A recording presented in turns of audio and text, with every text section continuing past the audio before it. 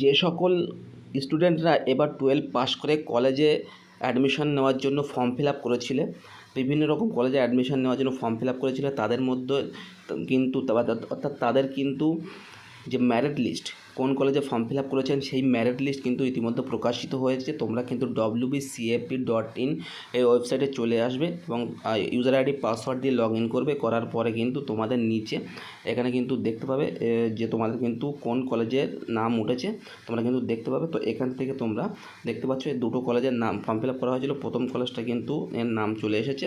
তো আমি কিন্তু এখানে এই যে ম্যারিট লিস্ট বলে একটি লিঙ্ক কিন্তু পপ আপ হচ্ছে, এই ম্যারিট লিস্টে কিন্তু তোমরা ক্লিক করবে। ক্লিক করলে কিন্তু তোমাদের একটি পেজটা রিলোড হবে এবং মেরিট লিস্টে ক্লিক করার সঙ্গে সঙ্গে তোমরা দেখতে পাচ্ছ যে এখানে কিন্তু পপ আপ শো করছে কংগ্রাচুলেশনস বলে, অর্থাৎ তোমাদের কিন্তু টেক অ্যাডমিশন। যে সকল স্টুডেন্টরা এবার 12 পাস করে কলেজে অ্যাডমিশন